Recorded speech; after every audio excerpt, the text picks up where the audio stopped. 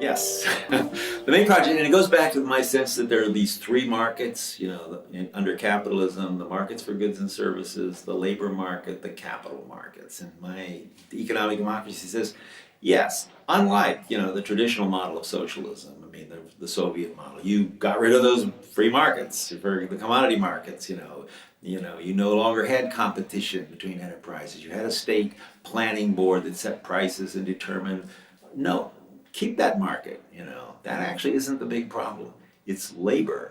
Instead of a labor market, meaning that an individual also has to go out and find somebody to buy your product, your labor power, your ability to sell, to do something. You have to compete with other workers to find, employment.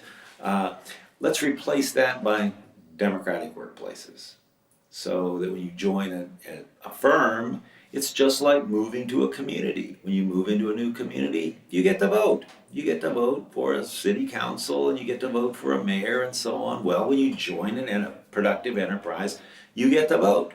Okay? One person, one vote. Okay? Typically, if it's a larger enterprise, you will not vote on everything. That would not be efficient. But you will elect a worker council, much like corporations have shareholder board of directors that are elected by the shareholders. Well, workers will elect a worker council that will appoint the executives and oversee the major decisions. So you can democratize the workplace. Then the other thing is democratizing that financial sector. Getting rid of all of those complicated financial institutions, because basically, going back to your elementary economics textbooks, finance is supposed to be a simple thing. You take savings, and then you collect them into banks, and then the banks loan them out, to people wanting to start new businesses or individual businesses wanting to expand.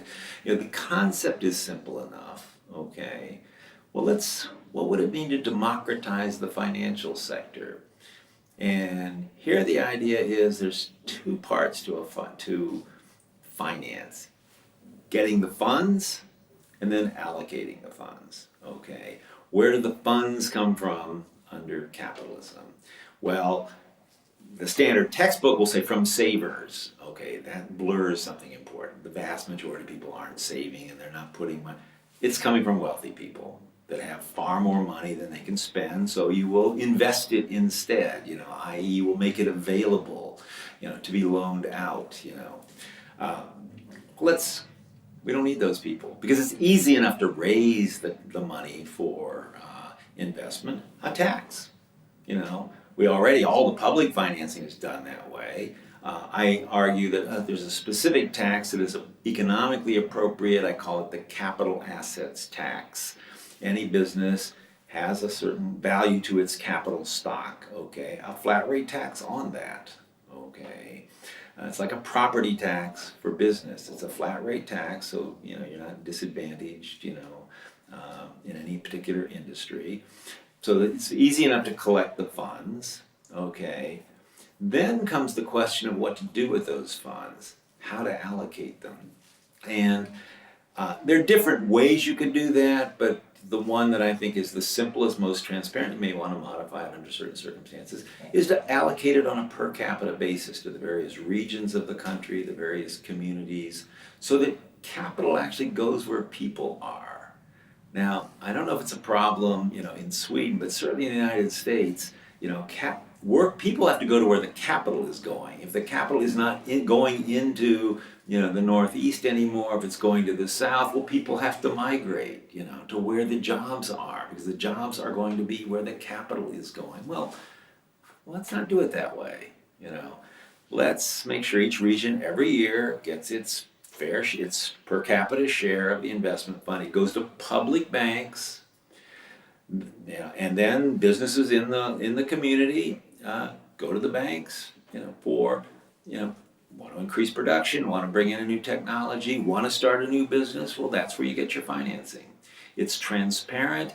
It also allows for some democratic control, because the community can decide, well, we'd like to sort of invest more in green technologies, say. So businesses that are willing to make that transformation, well, yeah, we'll give them a lower interest loan, than we would someone just wanting to upgrade their technologies for other reasons. So you get some kind of collective control. In addition, you can make the decision how much of our investment is going to go for public purposes.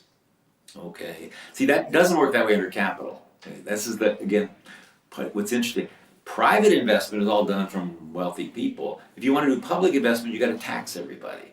Okay, so of course it's easy to say we don't want taxes, so squeeze public investment. Okay, well here all the investment fund is coming from not a tax on individuals, but a tax on businesses. Okay, it all comes together. We can we can think about how to allocate that. The more we allocate for public investment, the less there's going to be for the private, cooperative sectors and so on. But that's where democracy comes in. Different regions can do it different ways, different communities. You can learn from the mistakes that people make in certain areas. You can see what works in other areas. It makes the whole financial structure transparent. You can't have an effective democracy if things are so complicated nobody can understand it. But this is kind of a model where it's obvious what's happening. You see where the money's coming from. You see where it's going. These are public banks. The records are open. Who gets the loans? Who doesn't? And so on. So those are the three basic institutions. You keep the markets. You can regulate them for health reasons and things like that. But that's not the big problem with capitalism. You have democratic workplaces, and you have this what I call social control of investment, or democratic control over investment.